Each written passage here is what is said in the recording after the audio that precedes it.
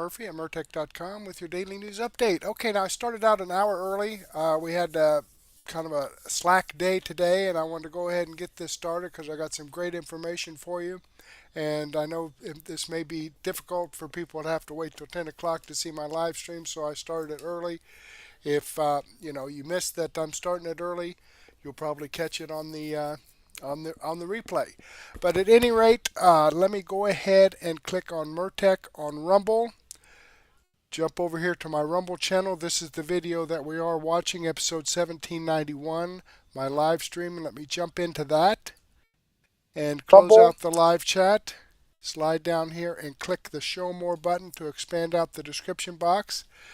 Okay, I do need to give some shout out. First, let me tell you, we have NewsNation, information from NewsNation about Minnesota, Doug in Exile, Robert Gouveia, and Wendy Bell Radio. But before we get into that, let me give a shout out here to Bev Dave, just started following my channel, Ginger X Demon, just started following my channel, Rita71, just started following my channel, Long Island 5, just started following my channel, Ms. Curly 1 just started following my channel, Maze Judy just started following my channel, AMB57 just started following my channel, and Regal Reggie just started following my channel. So thank you very much, folks, for following my channel. I greatly appreciate that. I hope you're tuned in, and I hope you enjoy the content. Alrighty, let's jump down here. And Conservative 7 reposted my daily news wrap-up from last night. Debbie BS reposted my episode 1790. Linda commented on my episode 1784. That was like 6 days ago. Uncloudy and Cottonball 31 commented on my episode 1790. So thank you so much, folks, for your comments and reposting my video. I enjoy reading your feedback, and I certainly appreciate your support. So let me go ahead and click the thumbs up button here. There we go. Right there it is. Okay, and incidentally, I do have a thumbs up button right here below the video that you're watching right there. So if you want to slide down here and click that thumbs up button, that would be fabuloso. All right, NewsNation.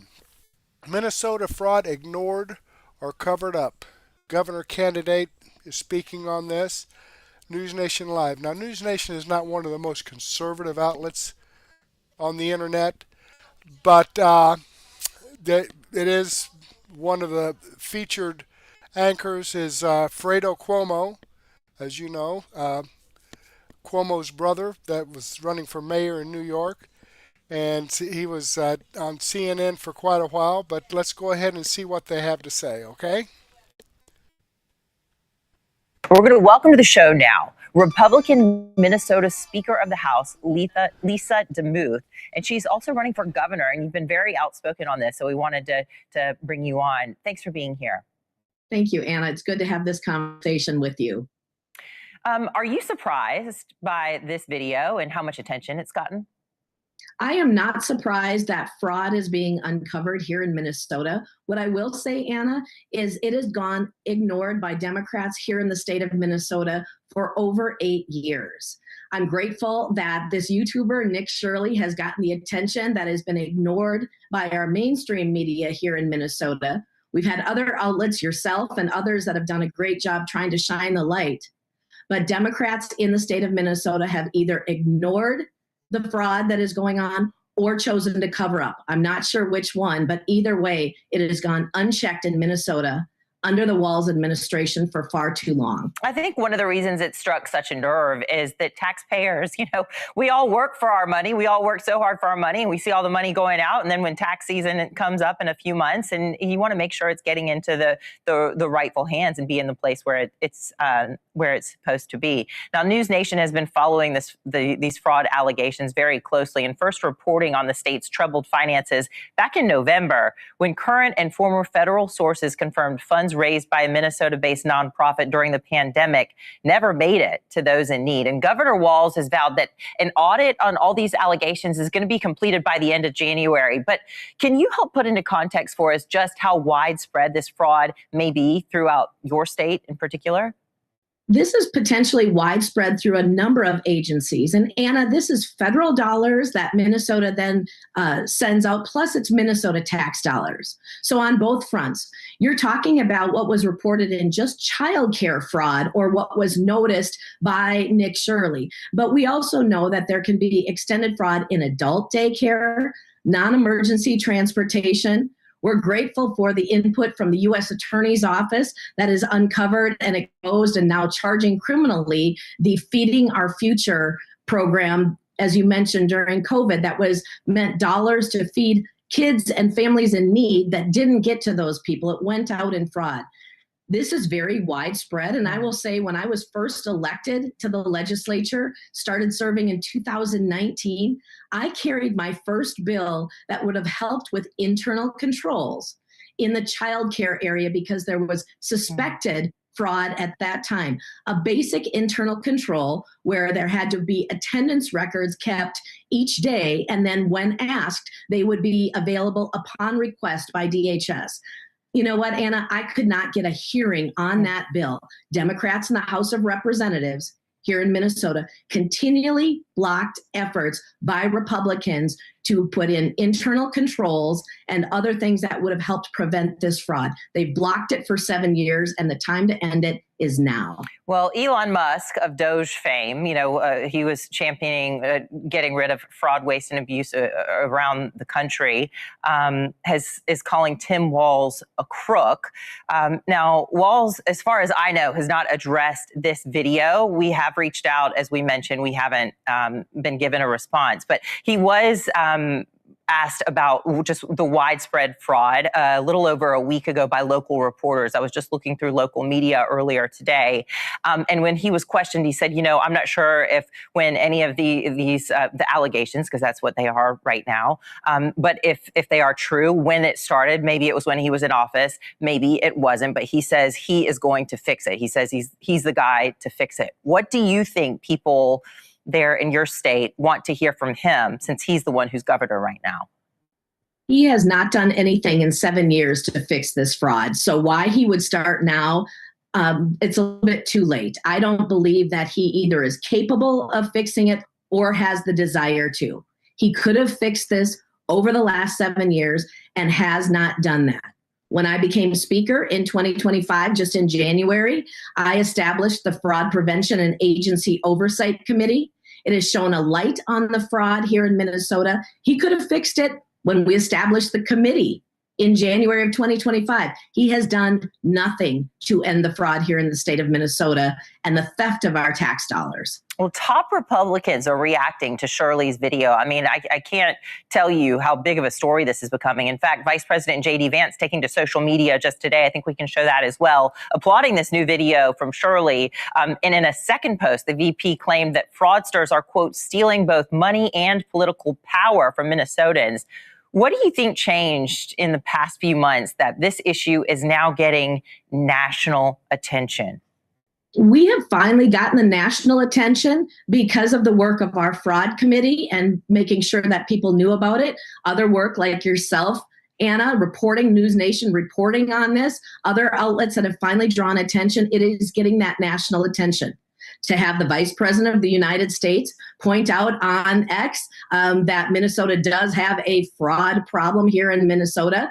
It's interesting if you compare his tweet yesterday to the post by Governor Walz yesterday. Governor Walz had a picture of his cat. He's not worried about fraud here in Minnesota. We are. House Republicans and Republicans in Minnesota are saying this is enough. It is time to turn this around. Fraud needs to end now. So if you become governor, you're running as a Republican against Tim Walz. And, as governor, you're not the one who's out there knocking on daycares to make sure that they are who they say they are. But you would be creating a culture, right, is what you have said. So tell us what you do on day one if you become governor to make sure that something like this doesn't happen. There has to be the internal controls necessary. We need to stop the payments where there's suspected fraud across agencies. And I would hold agencies and commissioners accountable.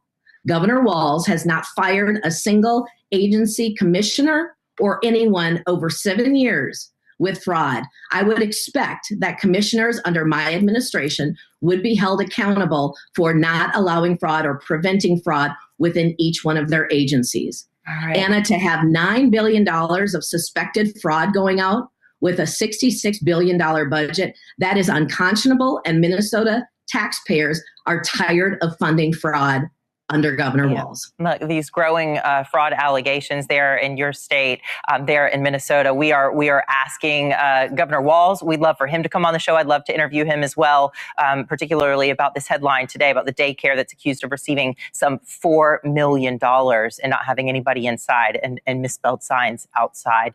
We'll continue tracking this. Thank you so much for being here, Republican Minnesota State Representative and candidate for governor, Lisa DeMuth. Thank you. All righty, there you have it, folks. Kicking this. Let me slide down here. Slide back. We're going to welcome to the show now, All right, here we go. As you can see, this video does come from NewsNation. I am subscribed to the channel. I've given them a thumbs up. I hope you do the same thing for me.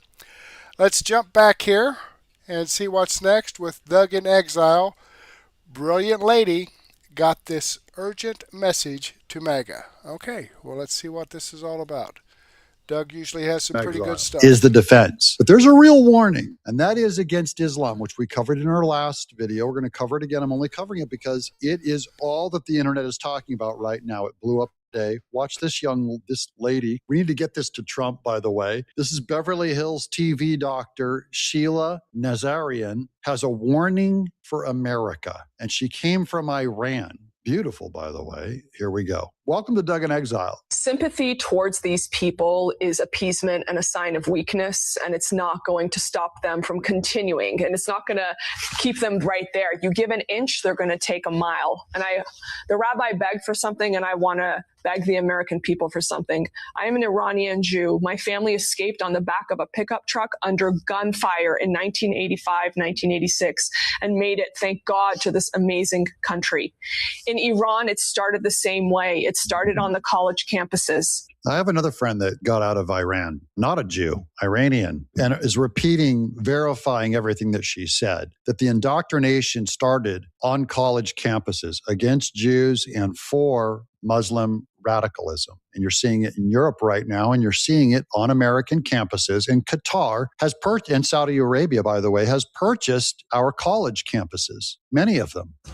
It was the Islamists joining hands with the leftists. Same thing as Zoran Mamdani, ladies and gentlemen, New York. Leftist. I'm going to show you later in this video where he just announced one of his new appointments she's a Muslim, but she's a lesbian. That's leftism. It's happening here. And I want to give you a warning. When an activist on behalf of Iran was in my home, I asked her, when they came for the Jews, why did you say nothing? She said, when they came for the Jews, we said, we are not Jewish, so why should we care? When they came for the Baha'is, they said, we are not Baha'i, so why should we care? When they finally killed Massa, they said, we are all Massa. And they began to care. So to all the Americans out there, the Iranian Jews who escaped our homeland to come here, want to give you a warning. It starts with the Jews and it doesn't end with the Jews. You need to speak up. We need to take our country back and take it back to the Judeo-Christian values it was founded on. Because if we don't stop it in the tracks, look at what's happening to Europe. Look at what's happened many other places all over the world. The time is now to speak up, to protect our country, to protect the justice and the rights that you love and you appreciate in this country. That's a normal position for right-wing MAGA Republican. I can't believe this is even controversial right now, but we do have to socially push back. I'm pushing back with my show. And yeah, it doesn't end with the Jews, guys. If you think the Muslims will spare the Christians, look at the Crusades for 1,500 years. Islamic radicalism was spread by the sword. Here's Ari Hoffman. Why were child and adult care centers in Minnesota maxing out donations to a Somali candidate in Washington, D.C.? So this is about money laundering through the Sunshine Child Care Center and the Minnesota Best Child Care Center that earlier we saw that Nick Shirley guy said they were all receiving millions of dollars to take care of children, and there were no children at the child care center. And then they all max out their $1,000 donations to a Somali candidate in Washington, D.C. Here's more. This is the Adult Care Center, LLC,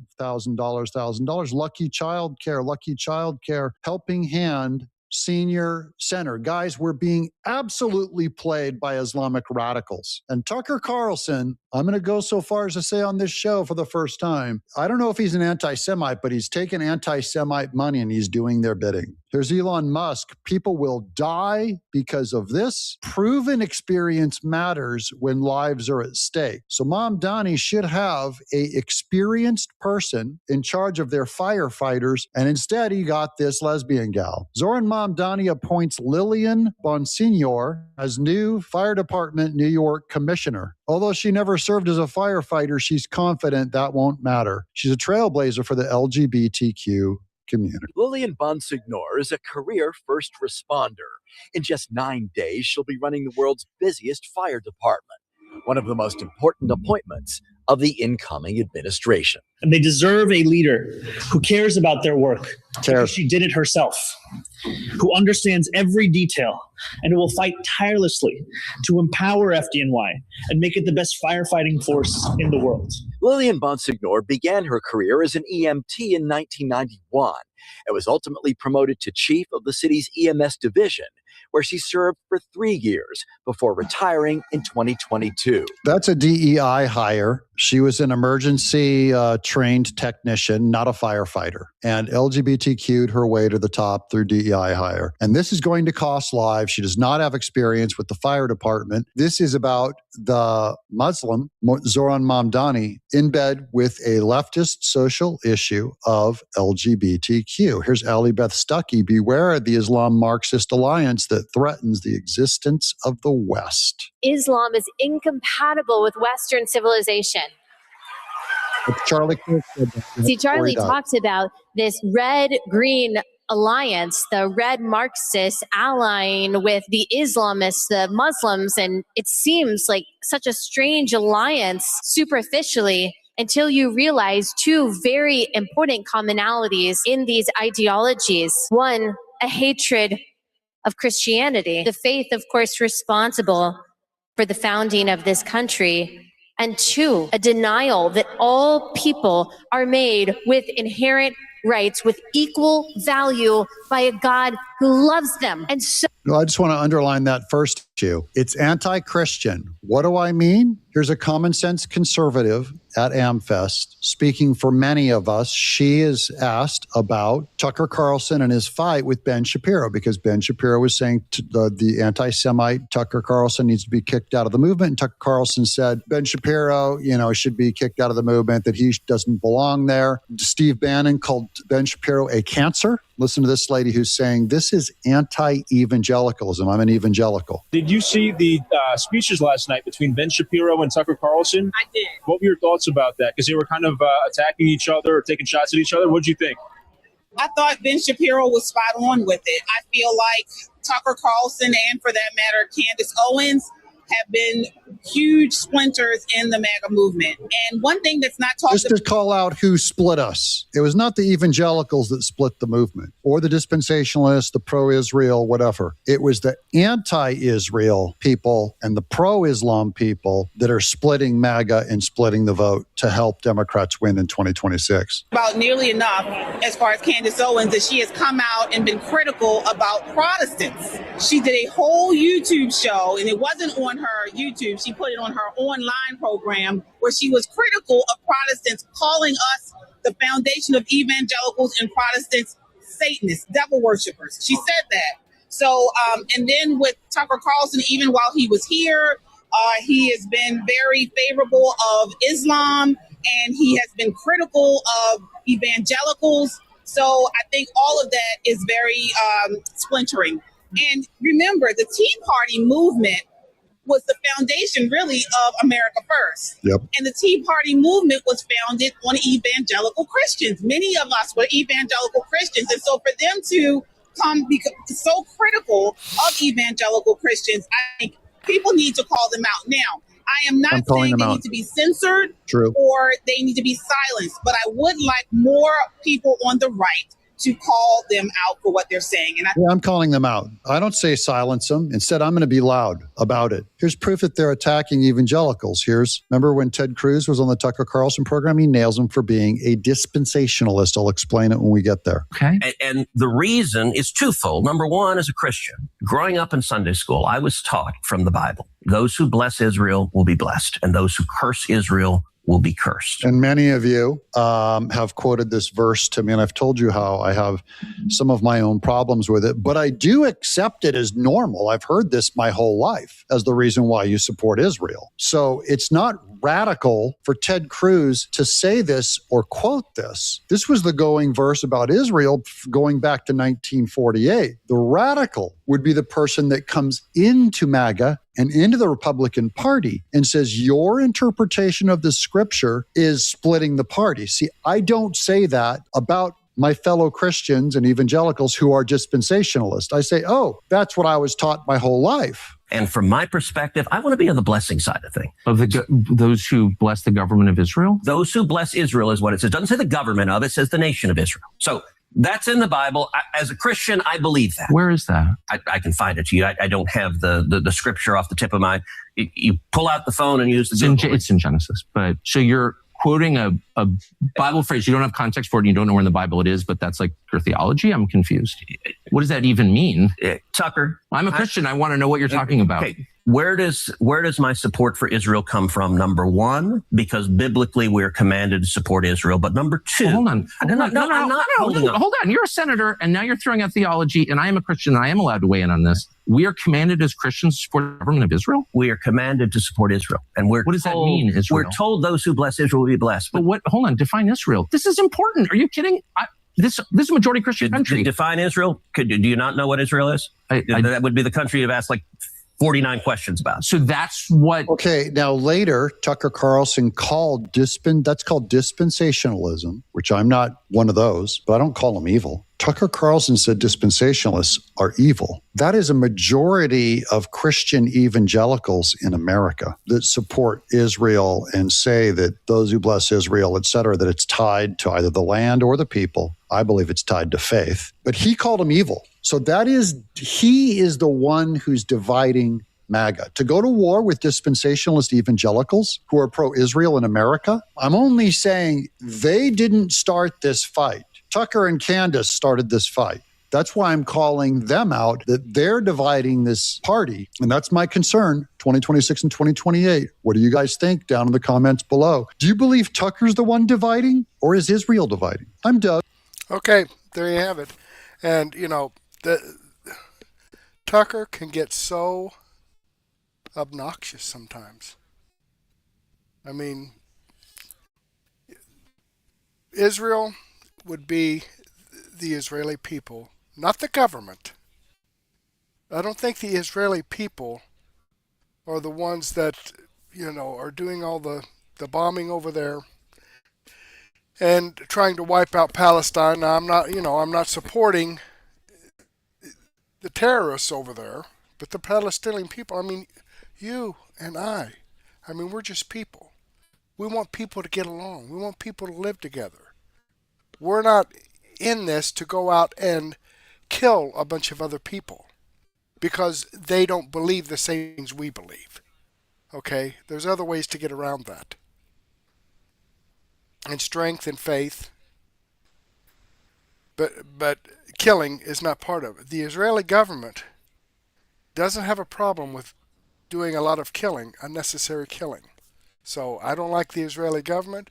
I don't have a problem with the Israeli people or Israel. Okay, with that being said, this does come from Doug in Exile. I am subscribed to his channel. I've given him a thumbs up. I hope you do the same thing for me. Okay, let's jump back here and see what Robert Gouveia has to say about J6 pipe bomber, detailed confession, Minnesota fraud funds Democrats. Yeah, we've heard that. Okay, now this is pretty long, so I'm not going to get into all of this, but I do have this in my daily news wrap-up. But let's see what he does have to say, okay? See exactly what's going on. I've got some reaction. We're coming up on the 5th anniversary of January 6th. So Nancy Pelosi is very excited about that. We've got a clip of her, and of course, the president was out yesterday. We had a very rare Zelensky Sunday sighting at Mar-a-Lago, and the president came out and was talking about 2020 and how rigged it was, and how Nancy Pelosi and Chuck Schumer and the rest of them were engineering this thing to go down because, as Nancy Pelosi said, she let it happen. So all of that we're going to get into. We got some great filings to read. We're excited about it. And then we'll be at the hearing tomorrow. So all this stuff came crashing in, and it will be debated in court in session tomorrow on Tuesday. So all that coming up. Then we'll turn our attention to what the latest is with this Somali Minnesota fraud scandal, because it's getting worse. And a lot of people are piling in on this thing saying we want charges, we want repercussions for the fraudsters who ripped off Americans. But we're also learning that they took that money that they stole from us and they donated it to the Democrats. I know how shocking that is. But the Democrats getting rich off of the American taxpayer. So we'll go through some of the latest on this. Kash Patel came out over the weekend with an update talking about what's going to be happening there in Minnesota with the Somali fraudsters. And we've got some problems with the judges there, okay? So the fact that people are being charged is one thing. That's great. But what happens when judges take those charges and they just dismiss them because they say, that's a little bit racist against the Somalis? You can't do that. So we'll look at what happened here, because this judge, remember her, we talked about it before, but her name is Judge Sarah West, and she basically acquitted a Somali fraudster. And so just like Tim Walz and Ilhan and the rest of them are all in bed with these Somalis, they enable their criminality, and then they get a windfall. They catch some revenue and some money back in the form of donations that goes back their direction. And so she, of course, dismissed this case. We'll take a look at what the actual charges were. So they charged this guy, the Somali fraudster, but a judge didn't let it happen. Just like we deported an illegal alien gangbanging MS-13 wife beater, and judges let him back in. So we have a real judge problem in America. We'll talk about what's going on with the Somalians. We have some great clips that are floating around. Lance Gooden shared this one, talking about how even the cops, okay, chief of police is out there. He's like, we love Somalians. We love them. Yeah, no, they can rip us off. I don't care. They can steal all my money. They can steal my wife. I don't care. So we got that. Then we've got some other reaction. This woman was out saying this is also going on in Ohio. It's not limited to Minnesota. And Nick Shirley, man, the man of the hour, the guy who was really exploding over the weekend. And I think his video is up to like 100 million views on X. Woo, baby, that's so good. So anyways, he was out on Fox. We'll listen to what he had to say. We got Ron Johnson's responding to the Somali fraud, and Representative Anna Paulina Luna all in the house. And so it's going to be a great stream, my friends. Very glad that you're here and with us. Thanks for hitting the road with us. We have been doing some sightseeing as well. So yesterday we went to the Native American Museum. Wow. We also went to the Washington Botanic Gardens. Very fun stuff. Tomorrow we're going into the Federal District Court of DC. We're there for the pipe bomb hearing. We're excited about that. So we'll be here all week doing some live streams, and then we'll be doing some walk and talks and some video updates from out on the streets, including tomorrow. And so we're very glad that you're here. Thanks for subscribing and joining us. Thanks for accommodating us, jumping on here a little bit early.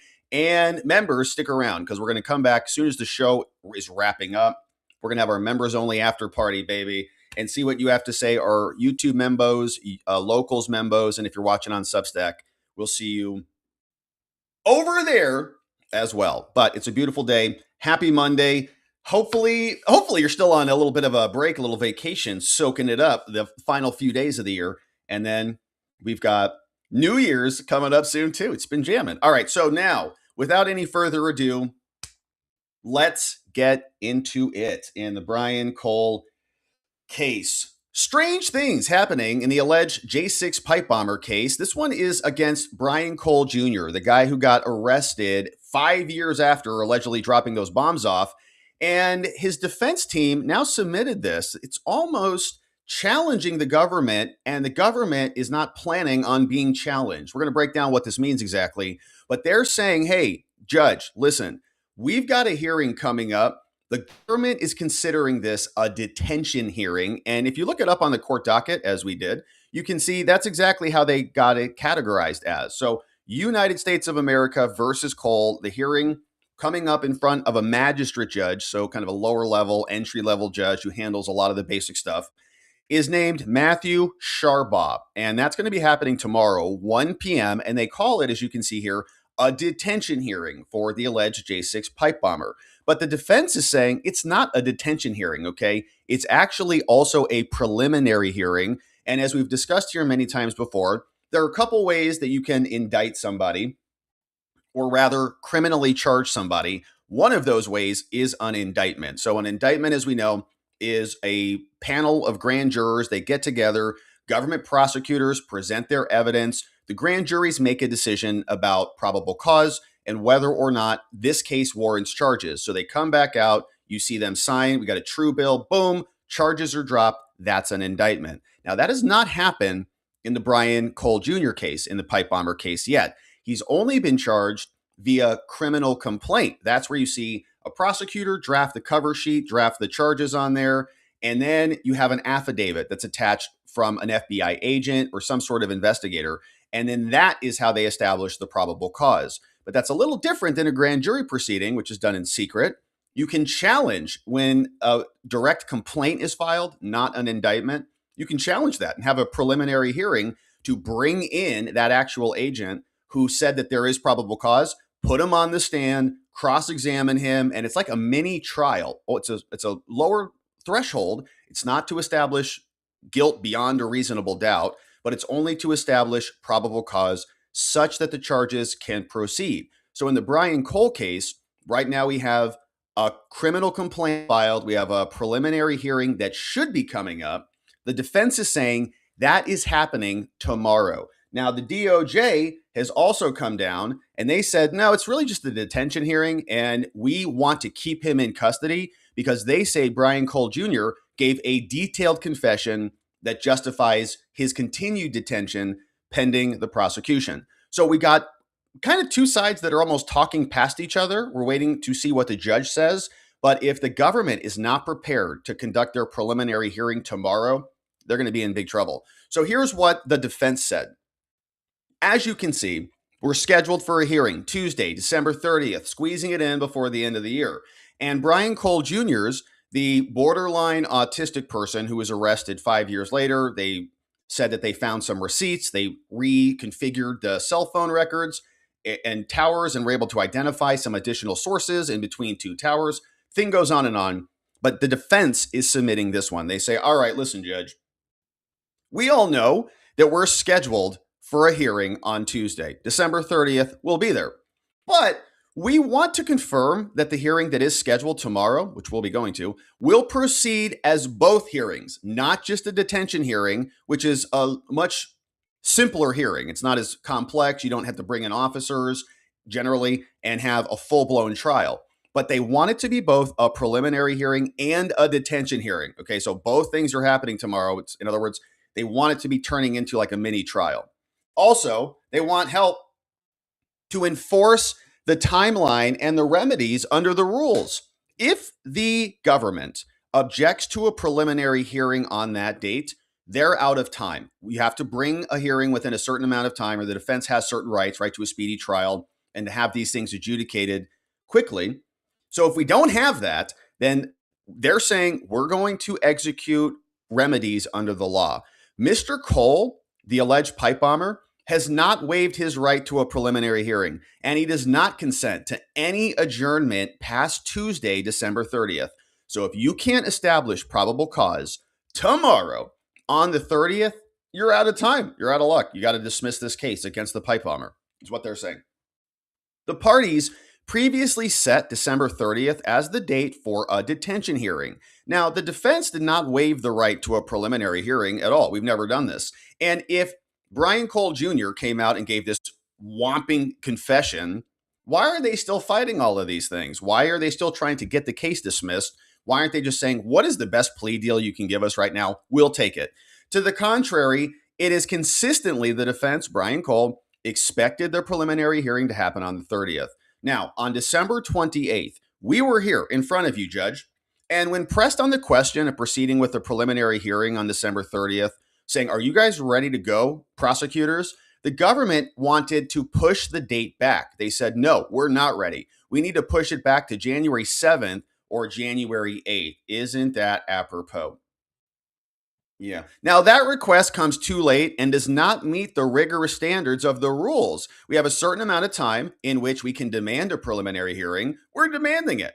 So the court should confirm that the December 30th date, that's tomorrow, is the preliminary hearing and the detention hearing. Okay, both things need to happen, and direct the government to be prepared to present its evidence in support of probable cause. And if they're not ready to go tomorrow, there needs to be a repercussion and a dismissal, really. Federal rules of procedure and these other U.S. statutes, they work in tandem. They ensure that any defendant, in this case, the J6 pipe bomber, anybody who's arrested has a prompt probable cause determination. And normally the grand jury will find that, right? They'll sit around independently and make that decision. But here, that has not happened yet. For an in-custody defendant like Brian Cole Jr. is, the preliminary hearing must be set no later than 14 days after he originally showed up in court. He did that. Now we have not had a determination. So you can extend this if there are extraordinary circumstances. You can get some more time. If justice requires the delay, then you can postpone this. But what happens if the deadline is missed? Discharge from custody. So Brian Cole Jr. gets released. You got to let him out. Now, in its email to defense counsel, prosecutors, the government, has identified no extraordinary circumstances. They're just saying, actually, we just need some more time. The reasons referenced from the prosecutors are ordinarily scheduling matters and the possibility of a forthcoming indictment. So they're sitting around saying, it's Christmas, man. It's New Year's. We need some more time. 14 days? We've got everybody's on vacation, everybody's home, eating extra leftovers and enjoying themselves. So we need an extension of time. So just bump it out to January 7th, January 8th, leave us alone. Then we'll come back and we'll do it. They say no. The defense is holding them to the rules. And this is good defense work just in general, by the way. It's we're always ready. It's called WAR. We're always ready. It's good business policy too. Be ready for everything that comes up. If something bad happens, doesn't matter. I don't even care. We'll have it solved in 2 minutes because we're always ready. We're ready for war. So here they're saying, I don't care about the holidays. Do the rules say that you should all go on vacation for Christmas? No, our client is in custody. He's got 14 days. That's it. So prosecutors, get it together and either indict him or come prepared for your hearing and get ready for a mini trial. Rule 5, and they're not even giving them a good excuse, right? Extraordinary circumstances. It's Christmas. It happens every year. It's not an extraordinary circumstance at all, is what the defense is arguing.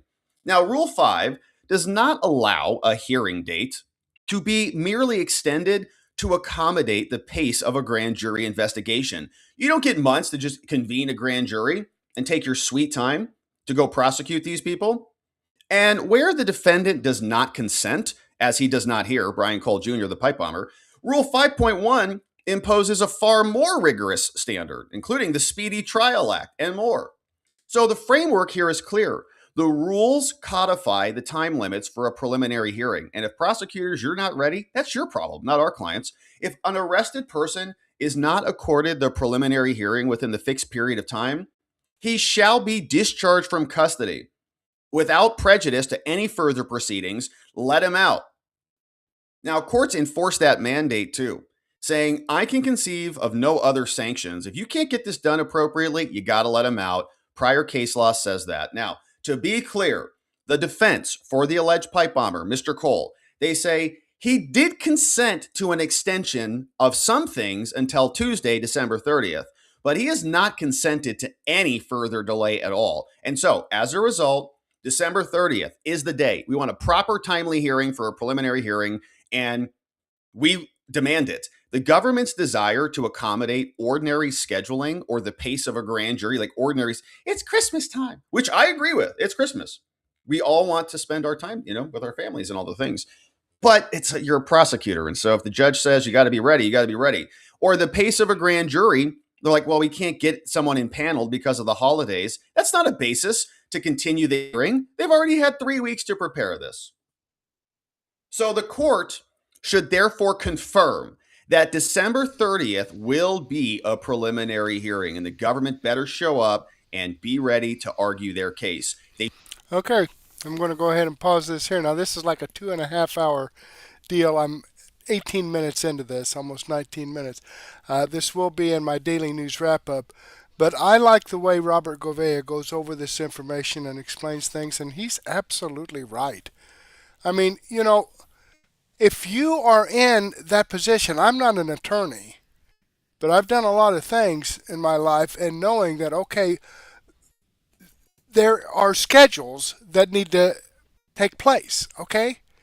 And knowing that the Christmas holidays are up, you could have waited a couple of weeks before you started this, or started this, you know, a month earlier. Okay? He's right. Christmas and New Year's happens every year. Right? If you don't have your ducks in a row, then, you know, if something happens that this case gets dismissed, yeah, whoever's in charge needs to find another job. They need to be fired. Unbelievable. No wonder things never get done. Consistently. Okay, let me click over here and show you that I am following the channel. I've given them a thumbs up. I hope you do the same thing for me. This is the video I shared with you. Okay, let's jump back here and see what Wendy Bell has to say. Moment of truth. Now, this is going to be right after she does her Pledge of Allegiance, and she's going to go into a little, you know, backstory, but she is going to show her impatience, and I really can't say that I blame her. I mean, you know, we talk about, you know, nothing's getting done, and then when something does get done, like Robert Gouveia was talking about, it's screwed up. What the frick? Let's take a listen, see what she has to say. You know, it feels like a million years ago when my children were at the little Catholic school in our community. It was no just chance thing that we would buy a house many, many years ago, 20 odd years ago, specifically like a 9 iron away from this great little Catholic school where my husband Joe grew up, and he went to school.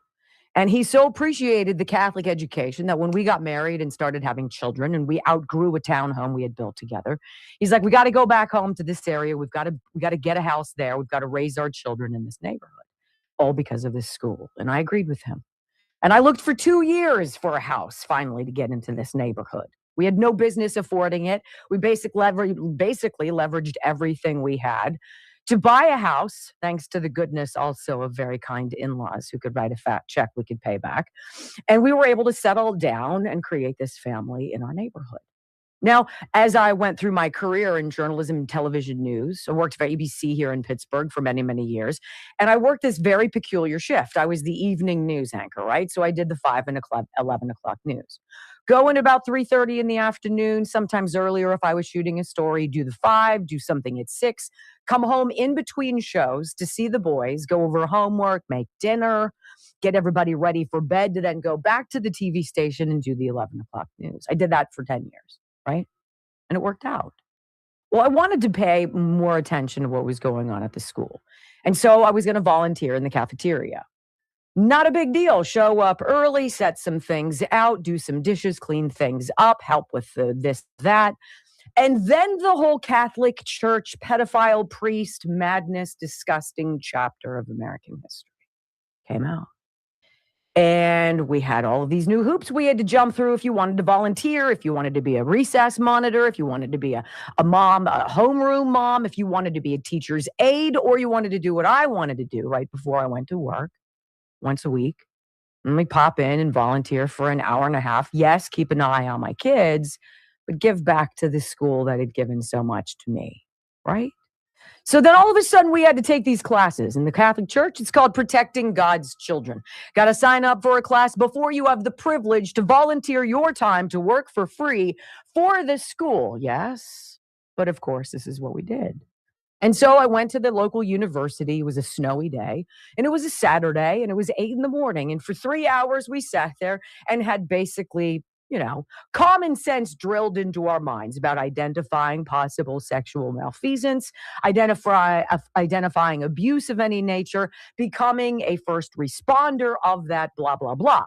Part of that, of course, is being fingerprinted and doing a criminal background check, which you, as the volunteer who wants to work for free for the best of the community, you pay for, right?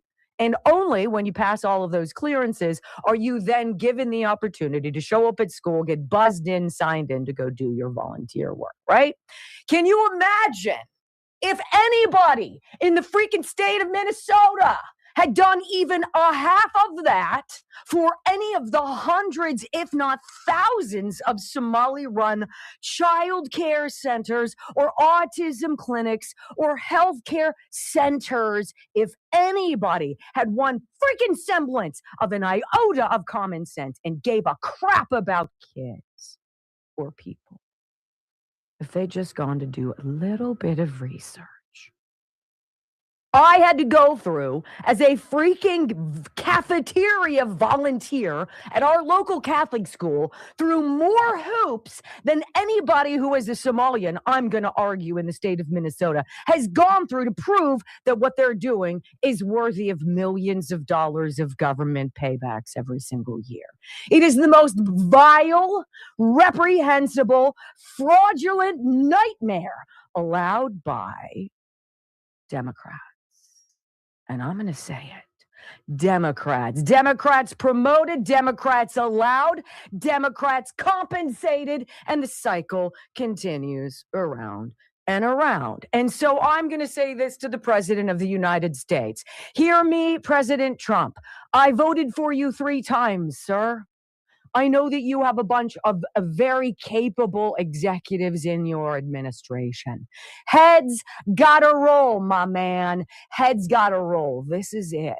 If we don't see indictments, if we don't see arrests, if we don't see people in handcuffs, and people in jumpsuits, people in front of the freaking judges the way all of the January 6ers were paraded for years, then everybody's going to know that MAGA was bullcrap, that it stands for nothing, that it means less than that. It means spinning your wheels, pie in the sky, vote for me, we're going to change things. We want it now, sir.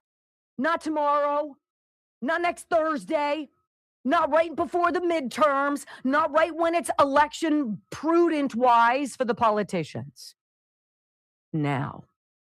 Because if you have hundreds of Somalians who are able to defraud the American people in one city, in one state, that means not one single person, not one fraud inspector, not one health inspector, not one single person ever knocked on one damn door to find out that those people were doing what they said they were doing. How dare you, Minnesota? And then you have a governor who has the audacity to submit that anybody who asks questions about said fraud, which is so freaking obvious, must be a racist. This is where the entire ideology of woke garbage goes to die. Every young woman out there who's been indoctrinated in the public school system and sadly failed forward up into college, hear me now. You have been fed the biggest bunk, the biggest bag of garbage, and you have created so much division in relationships because you were too dumb to see it. You hitched your wagon to the sanctimonious do-goodery of idiocy, and look where it's gotten you. Ripped off, penniless, and wondering why. Why are you living alone with cats? There it is. This is the moment, ladies and gentlemen. I watched all weekend long, same videos a lot of you did. One 23-year-old YouTuber who decided to do in one day more work than any lawmaker in the state of Minnesota or their national representatives. I'm speaking to you, Tom Emmer. Stop clutching your pearls, bro. Stop pointing fingers at other people. Where the hell have you been? Besides AWOL, running for House minority or majority whip. How many millions, tens of millions, hundreds of millions, billions, tens of billions is it going to end up paying? And you know what is the most disgusting part of all of this? Guess who's going to pay it? The kids and the grandkids who haven't even been born. Mr. President, you have an opportunity. Do you understand that we have been patient? We followed you through all of the lawsuits, the impeachments, the attempts on your life, and we've stood behind you, and we believe in you. But our patience has worn thin. We want action. We want handcuffs. We want justice. And we're tired of waiting for it. When we come back on the Wendy Bell radio program, so curious. Ilhan Omar's husband. Weird how his company has just kind of erased 9 pretty big muckety-mucks executives off of its website. Why ever would that be? Well, let's dig into that together, ladies and gentlemen. Let's find the truth, shall we? Next on the Wendy Bell Radio Network. Okay, I want to give you some information here from Augusta Gold before we move on. Did you know the biggest threat to your retirement is not something that's talked about often? Our increased longevity in America means default retirement accounts like IRAs, 401ks, and TSPs may not suffice. If you have over $100,000 in your retirement account, get instant access to a free 2-minute report from Augusta Precious Metals that reveals the one step you can take to secure your financial future. Text SAFE to 35052 today.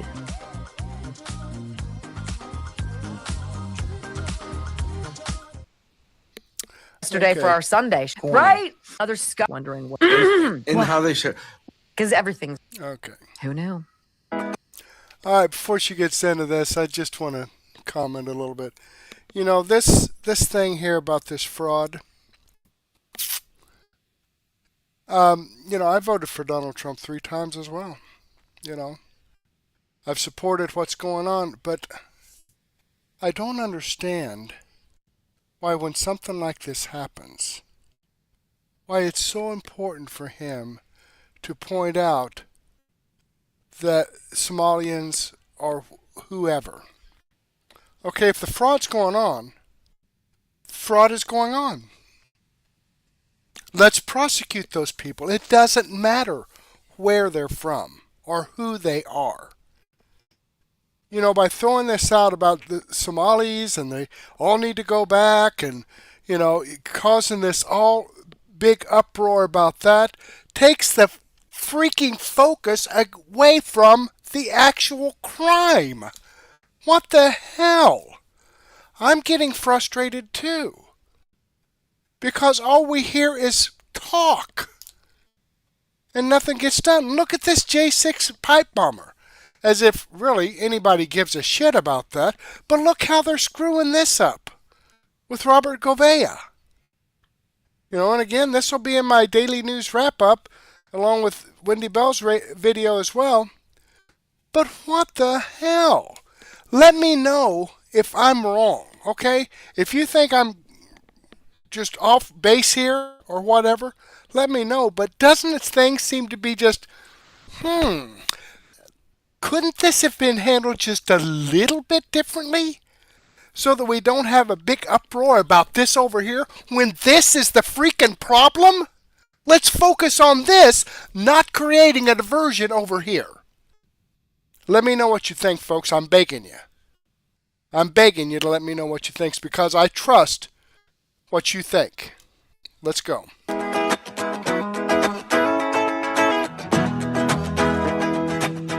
Welcome back to the Wendy Bell radio program. So to reiterate, you know, if heads don't roll over this Minnesota fraud, then the whole MAGA promise was built on BS.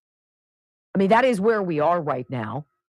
Is anybody else tired of being a law-abiding citizen in a country that doesn't freaking enforce the law? Right? How about the news outlets out there who have yet to cover this rampant fraud in Minnesota? Let's go over it. New York Times, CNN, Washington Post, MS Now, NPR, USA Today, Reuters, Axios, ABC News, and PBS. They have not covered the video of independent journalist Nick Shirley doing what the media have failed to do. And that is to go and find the hell out. Knock on the doors. Hi. According to Minnesota Public Record, you're receiving $1.2 million a year, providing childcare for max capacity 90 children. Where are the damn children? Well, the children don't exist. You know they don't exist. They know they don't exist, and you're a racist for asking. Follow my drift. Tim Walz is saying, you know what? And this is his response, which I find fascinating. He's pushing back on Minnesota fraud allegations following this viral daycare video. We're going to give you about 8 minutes of it coming up after the break. It's over 100 million views, ladies and gentlemen.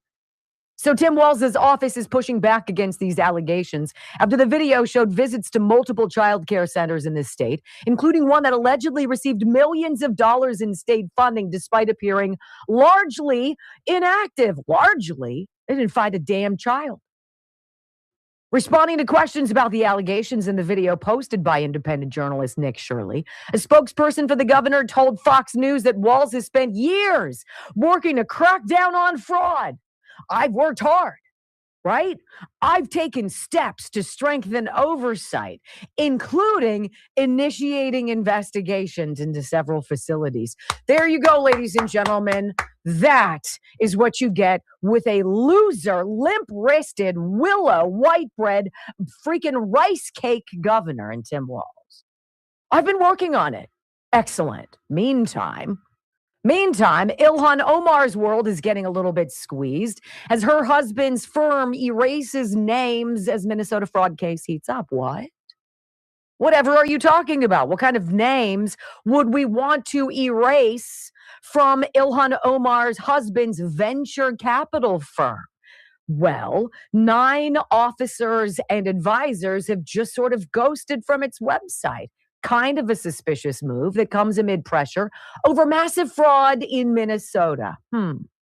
Omar introduced the legislation that critics say paved the way for what the feds have called the largest fraud of the pandemic, right? Her husband, Tim Minette. This is after she married her brother and some other guy and then bounced back to her brother and now is with this other dude, some white guy who seems to be, I don't know, is he the one through whom she launders her money? Who knows? Her husband, Tim Minette, launched Rose Lake Capital in 2022. Seems sort of Hunter Biden-ish, doesn't it? Rose Lake Capital in 2022. Its reported value went quickly from almost nothing to between $5 and $25 million. Dang it. The heck are we doing wrong, Brock? 5 to 20. In just a couple of years? Shazam, right? Now, the Post article continued between September and October when federal prosecutors announced charges to 8 more individuals, including 6 of Somali descent, for their roles in the welfare scheme in Minnesota. The names and bios of Rose Lake Capital's 9 officers and advisors were removed from the website. None of them, we should note, have been charged so far in any kind of fraud. But let's talk about who these people are, whose names went poof. Include lobbyist and former Obama ambassador to Bahrain, Adam Ereli, former senator and Obama ambassador to China, Max Baucus, DNC finance chair, associate Alex Hoffman, former DNC treasurer William Darrow, and former ex-CEO of Amalgamated Bank, Keith Mestrich, who once described Amalgamated as the institutional bank of the Democratic Party. What? And of course, Breitbart News has reported, as have other outlets, including us, that Omar's net worth rose from $51,000 to 30 million in 1 year. But she's denied being worth that much. I have student loans to pay back, she says. Don't be conflated. We were just really lucky. I called Nancy Pelosi and was like, Nance, can you help me with something? And it said, hey, have your husband call my husband because that's how it works. And make sure he has a vibrating hammer when he does it. Anyway, geez Louise, right? So here we have Ilhan Omar in the crosshairs of all things suck in Minnesota. A Somalian American who ostensibly lied, lied and changed her birth certificate, changed her birth date so that she could become a naturalized citizen when her father back in the day became naturalized. As a minor, she would also become naturalized with her father. She was 18, ladies and gentlemen. She had to go into the Minnesota Public Record and she had to go and change all of that around. Seems like she's been a walking, I don't know, what do we want to call her? Epicenter of fraud since the moment she came into this country and brought along all of her abuelas. Come. The money is ripe here in the United States. And because of woke garbage under Barack Obama that has everybody worried about being called a racist, nobody will call you out for stealing. Well, about that, Ilhan, you're one of the first people I think should take that CBP Home app. And you might want to plug in some details because I hear Kristi Noem is going to give you $3,000 right now to bounce back to Somalia. To me, that'd be worth it. When we come back on the Wendy Bell radio program, hear from independent journalist Nick Shirley as he does what the media failed to do. And that's to ask questions. Next on the Wendy Bell Radio Network. All right, I'm going to pause that there. Pretty much covered my hour podcast time here. Let me go ahead and click on the Rumble link and show you that this video does come from Wendy Bell Radio. I am following her channel. I've given her a thumbs up. I hope you do the same thing for me. Okay, great information. Great information. Folks, I might say that this time of year, there's a lot of people that are just laying off. Wendy Bell is not one of them. Robert Gouveia is not one of them. People like Dinesh D'Souza, Darila Dog, Dr. Steve Turley, he hasn't posted in about a week, so I'm not sure what's going on with him. I hope he's okay. But you got Doug in Exile. He's still putting out great information. All right, in the meantime, though, let me go ahead and copy this information here in the live chat.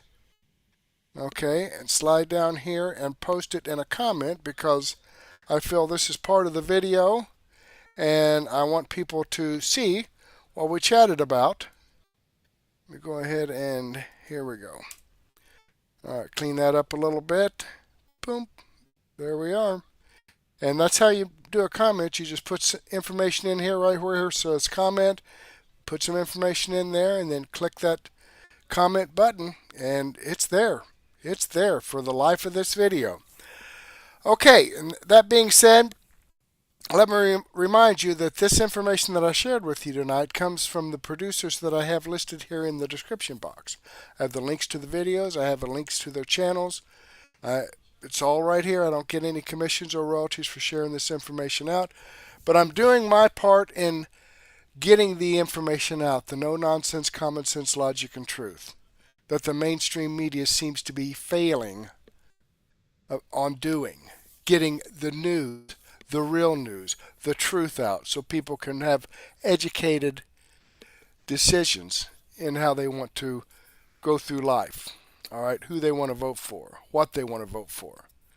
That's all I'm trying to do here, folks, is just to give you the information so you'll, just have a little bit better understanding of what's going on out there. And I'm with Wendy Bell. I'm a little bit confused as to what's going on out there because it doesn't seem like much. You hear a lot, but you don't see a lot. Okay? I hear a lot's going on, but I'm not actually seeing it. Okay, and I would hate to think we're getting duped.